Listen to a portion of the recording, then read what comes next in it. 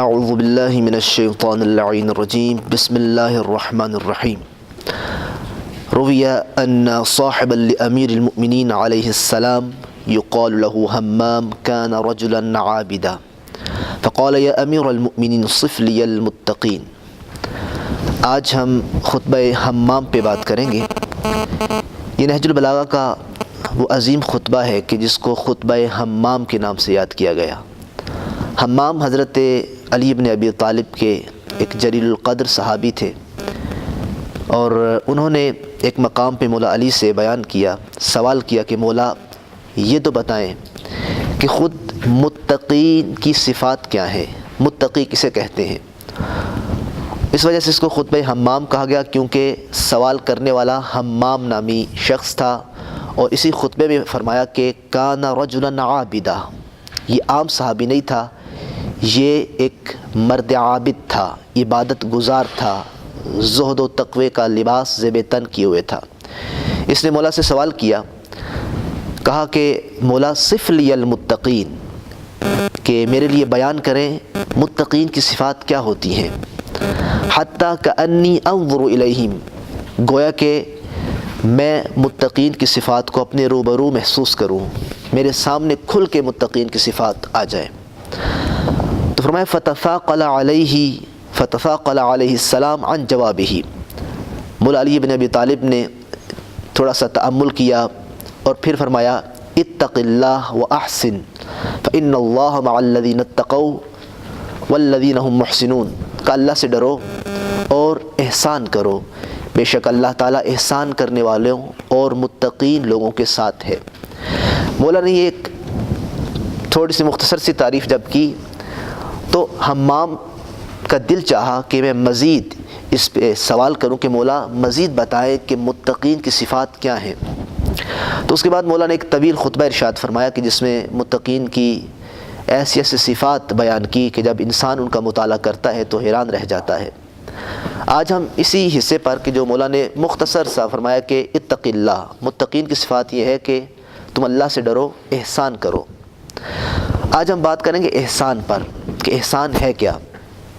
تو عرض و احسان دو طرح کا ہوتا ہے، ایک احسان اپنی ذات پہ کیا جاتا ہے اور ایک دفعہ احسان غیر پر کیا جاتا ہے۔ جس طرح ظلم، کبھی انسان اپنی ذات پہ ظلم کرتا ہے اور کبھی انسان غیر پر ظلم کرتا ہے۔ تو لہذا انسان کو سوچنا پڑے گا کہ صرف احسان دوسروں پہ نہیں کیا جاتا، اپنے اوپر بھی احسان کیا جاتا ہے۔ اپنے نفس کو گناہوں کی پالیدگیوں سے بچاؤ، اپنے نفس کو، اپنی ذات کو گناہوں سے دور رکھو، تو یہ تم اپنے ذات پر احسان کر رہے ہو۔ اور پھر سورہ قصص میں اللہ نے ارشاد فرمایا وَأَحْسِن كَمَا أَحْسَنَ اللَّهُ إِلَيْكَ، تم احسان کرو بالکل اسی طرح کہ جس طرح اللہ نے تم پہ احسان کیا تھا۔ تو جہاں ہم دوسروں پر احسان کرنے کے بارے میں خیال رکھتے ہیں، سب سے پہلے اپنی ذات پہ احسان کریں کہ اپنے آپ کو گناہوں کی گندگی سے دور رکھیں۔ اور اسی وجہ سے تو اللہ نے گاہے بگاہے قرآن مجید میں ارشاد فرمایا من اہتدی فإنما یہتدی لنفسہ ومن ضل فإنما یضل علیہا وما انا علیکم بوکیل، کہ جو ہدایت پا گیا تو اس نے اپنے نفس کو ہی ہدایت کی، یہ ہدایت اس کے اپنے نفس کے لیے ہی فائدہ مند ہے۔ ومن ضل فإنما یضل علیہا، اور جو گمراہ ہوا تو یہ گمراہی اس کے نفس کے خلاف ہے۔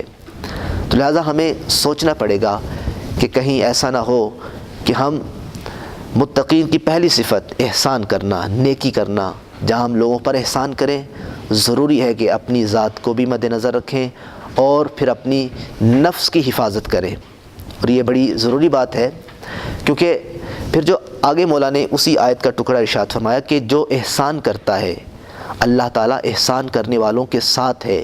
لفظ مع کا استعمال ہوا ہے، اور یہ بہت بڑی عظمت ہے کہ اللہ تعالیٰ نے قرآن میں کہا یا ایھا الذین آمنوا اتقوا اللہ وکونوا مع الصادقین، کہ اللہ سے ڈرو اور سچوں کے ساتھ ہو جاؤ۔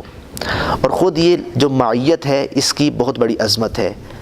اگر اللہ کہے کہ میں فلاں کے ساتھ ہوں تو یہ بہت بڑی عظمت ہے، لہٰذا اس عظمت کو، معیت پروردگار کو حاصل کرنے کے لیے ضروری ہے کہ ہم اس چھوٹی سی آیت پہ عمل کریں، اتقوا اللہ، اللہ سے ڈریں اور احسان کریں۔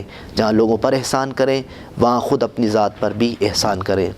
خداوند کریم سے دعا کرتے ہیں کہ اللہ ہمیں مولا علی بن ابی طالب کے اس متقین کی صفات پر مختصر سے جملے پر عمل کرنے کی توفیق عنایت فرما، تاکہ ہم اسی کو بنیاد بنا کے باقی صفات کو بھی اپنے نفس میں اجاگر کر سکیں۔